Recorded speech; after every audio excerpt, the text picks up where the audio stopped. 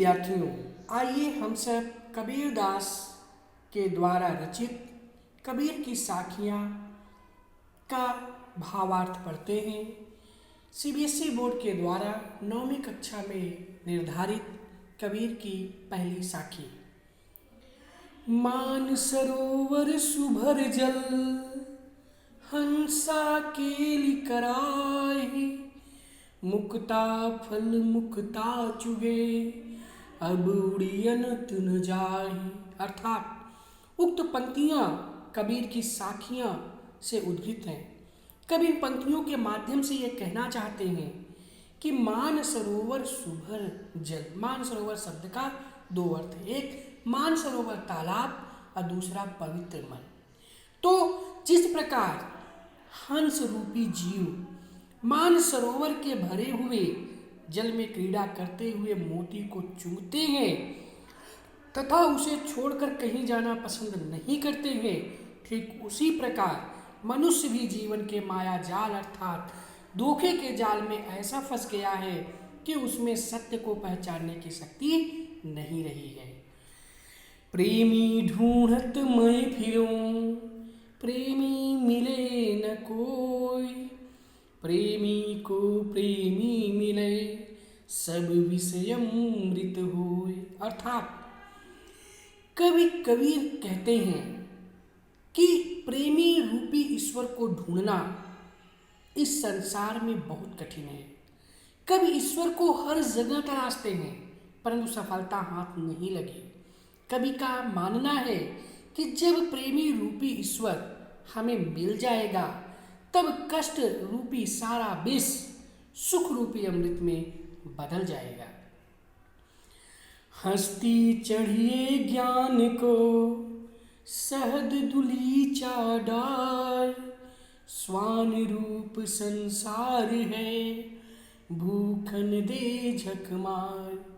अर्थात कवि इन पंक्तियों के माध्यम से यह कहना चाहता है कि साधना रूपी एक आसन बिछाकर मनुष्य को सदा अपने ज्ञान को हाथी के समान बड़ा और विशालकाय बनाने का प्रयत्न करना चाहिए। अर्थात ज्ञान अर्जन पर अपना ध्यान केंद्रित करना चाहिए।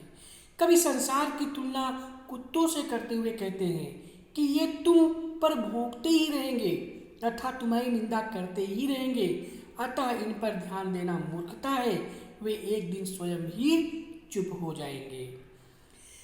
पखा पखी के कारणे सब जग रहा भुलान, निरपख होई के हरि भजे, सोई संत सुजान।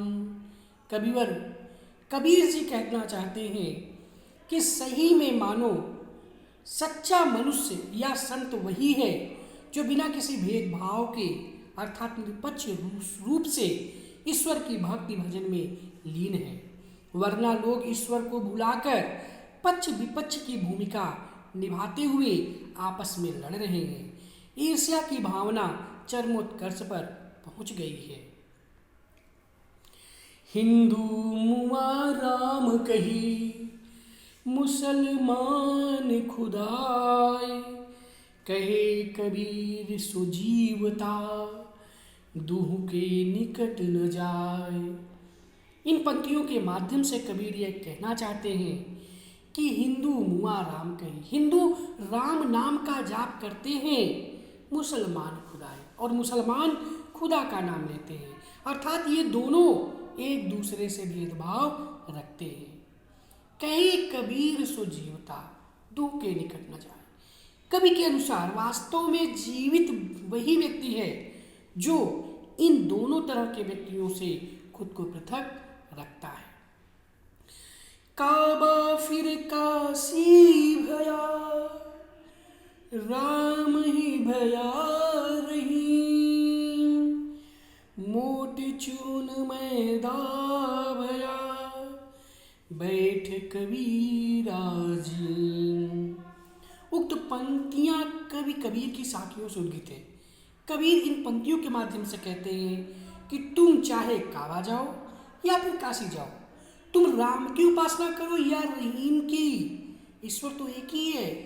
जिस तरह मोटे आटे को महीन पीसने से मैदा बन जाता है, पर दोनों एक ही वस्तु हैं, ठीक उसी प्रकार ईश्वर को चाहे जिस किसी रूप में मानो, वह तो एक ही है। ऊंचे कुल का जन्मिया, जे करनी ऊंच न होय, सुबरन कलश सुरा भरा, साधु निंदा सोय। उपर्युक्त पंक्तियों के माध्यम से कवि कबीर कहना चाहते हैं कि सिर्फ ऊंचे कुल में जन्म लेने से कुछ नहीं होता है।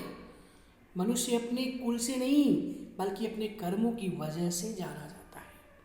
सुबरन कलश सुरा भरा, साधु निंदा सोय। यदि मनुष्य का कर्म बुरा है तो वह बुरा ही कहलाएगा। जिस प्रकार सोने के कलश में यदि शराब पड़ा हो तो वह निंदा के योग्य ही है। इस तरह से प्रिय विद्यार्थियों, हम लोगों ने कबीर की साखियों का अध्ययन किया और इसके अर्थों के विषय में जाना। आज के लिए बस इतना ही। धन्यवाद।